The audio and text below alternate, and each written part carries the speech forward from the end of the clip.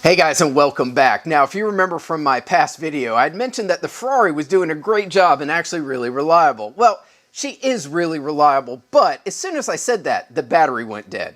And I guess if you have a Ferrari, that's about the best case scenario that you can have because, well, a battery's not too bad, I guess.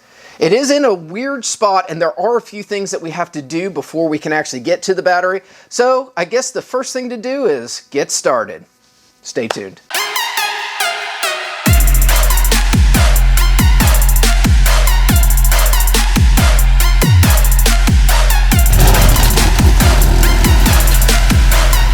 So luckily, before I parked my car, I always put the windows down, and I do it just for ease and so that they don't have to auto index.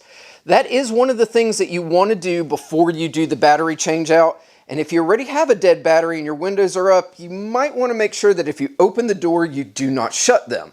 And the reason for this is we have auto indexing glass that kind of comes down about 1/4 of an inch every time you open the door. And if you don't have battery, it won't do that. So when you try to shut it, it's going to actually hit this seal and not close like it should. So you want to remember, try to make sure that you've got your windows down, if you can do that at all. The next step is over here, is to open the hood. Now, once again, battery is dead, so I cannot do it. So we're going to actually go underneath that dash, and there is a pull switch so that we can do that. All right, so if we go directly underneath the dash and start looking up, you will see right here is a little pull. Now for my car, that opens my hood. Hopefully you have one of those because that is the only way I know of with the battery disconnected or dead that you can get into your hood. Let's pull that. And it opened. Now that we've got the hood open, we can see that there is a battery disconnect right here. We're just gonna flip that down so that the battery is disconnected. That just gives us a little peace of mind knowing that when we're taking that battery out, that none of the other electronics are hooked up to it and we don't have to worry about messing something up. Also, there are some t-shirts. If anybody's interested, please just leave a comment below. Now we can actually get to the battery. You can see that I do have a battery charger hooked up to this, and unfortunately the battery itself is aftermarket. I believe it's one of the Optimas. I've never had really good luck with them, so we definitely went with a different one.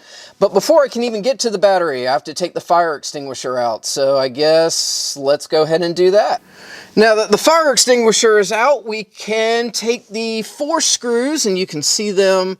There's 2, and there are 2. We can now take those out and hopefully those brackets will come out. Now, it is a little more of a pain when you have the fire extinguisher in here, but I will tell you, in a Ferrari, I would much rather have the fire extinguisher than not. So here's something kind of neat. Once I took those out, I was able to see that still some of the factory, whatever this is, that comes from the factory, try to get as much of it out as possible. That's kind of cool. 2006 goo on there.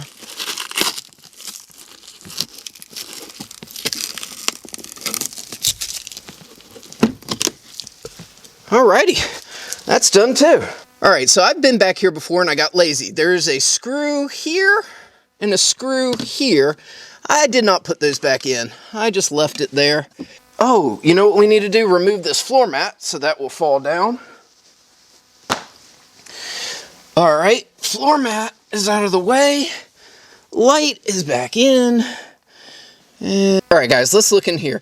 So this little tube, obviously whoever had this before me put in the Optima.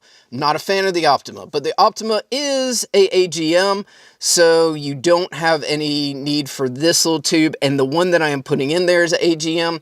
If you put in one of the regular batteries, then this will take all the gases and get rid of them, but we're not going to need that, so I'm going to set that out of the way. This also should be over the top here so that it holds that battery in place. Obviously, that is not happening either, so that's another issue. This is all because I have an aftermarket head unit, so they put in an extra wire for the speaker system.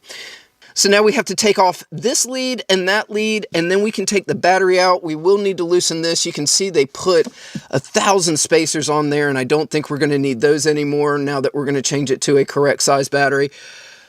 All right, let's see how to get this thing out. All right, so seeing that somebody already rigged this up, let's see what size this is. It's not an 11. Let's go with a 10. It is a 10. Oh, and it's loose enough I can do it by hand, thank goodness. All right, guys, on mine, obviously I took the bar, where did my little brake, oh, there it is. I took the bar off just to make it easier. I'm gonna have to lift this up, but the positive and the negative are both 10 millimeters. So now we can start loosening those up, is my hope. All right, that's kind of loose. Let's get the negative. All right, negative is off. All right, positive is off. This thing can now come out of the way. Stick it over here. This needs to come up. This should start moving out. Oh, God, I hate how heavy batteries are. I did look at going in a lithium. They're just stupid expensive. It's probably better though. Don't get anything caught. That's the plan. Okay. Battery's out. Is it out easily? No. Am I going to have a time with it? Yep. Alrighty. Well, here's the battery that I'm putting in it. I really think Interstate does a great job. I've used Interstates on my Bentley, my Viper, my Mustangs. Every car almost has an Interstate battery at this month in it. I will tell you, online it tells you to go with the 34R. I've read a lot of reviews that say the 34R does not fit very well. So they say to go with the 48H6. This is a AGM battery, so hopefully this is going to work really well. Now I've got to hook everything back up though, and we'll see how that goes. That's the part that always gets me. And I am going to leave this charger on there because, well, I need to charge this battery somehow. Okay, let's take this off. Put this down and around and see. Oh, look at that. That is beautiful. I must say, I'm pretty impressed with how that's fitting so far. I don't know if that's a good sign, bad sign, but it is a sign. All right, one down, one to go. Alrighty, I got her in. She's all tightened up. I will tell you I spent more time with that negative because of that stupid type of bolt that's always on there that always gets stripped out so that you basically have to hold a screwdriver up to it. This little piece right there. They always have an issue. But anyway, it's in now. Everything is good. Now we can see about putting this bar on here. Something like so. Of course they're not going to fit either. Son of a biscuit. Alright, it's got this little ridge here. So I'm taking it, this is how it's going to go. After spending so much time with the other part of it. Oh, these things. I'm not sure I understand. Siri, stop talking to me. Sir, why are you being so mean to me? I'm not trying to, Siri. I'm just trying to work. All right. Here we go. I don't have an answer for that. Yeah. Is there something else I can help with? Not right now, Siri. Okay. You gotta love this. I like watching somebody that's never worked on a car before work on a Ferrari.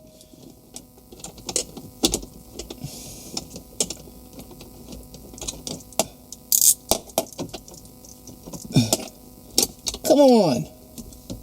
Go to your home. Are you too good for your home? Say yes. Yes, I am, actually.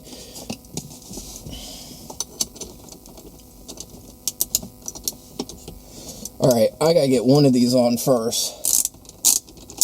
Good news is the battery's not going anywhere. Also good news, better than that Optima that was in there. Also good news, I still retained my thingamabobber.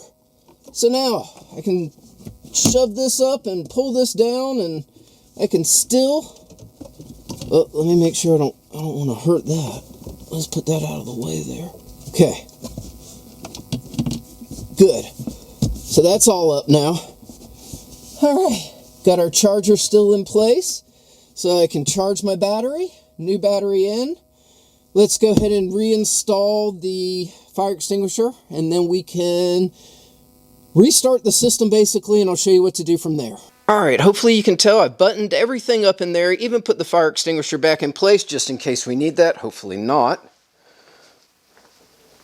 Now all we have to do is come back around. Now our first test is to turn the power back on, and notice we have a light now. First test, perfect. Also, it puts it into alarm mode, so with your key, take it out of alarm mode, open the door. You will also notice you hear the F1 pump fire up. Perfect. Perfect, so far so good.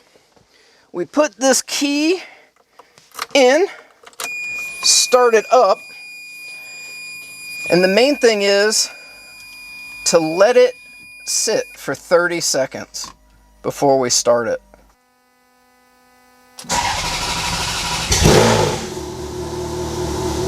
God, this car sounds good.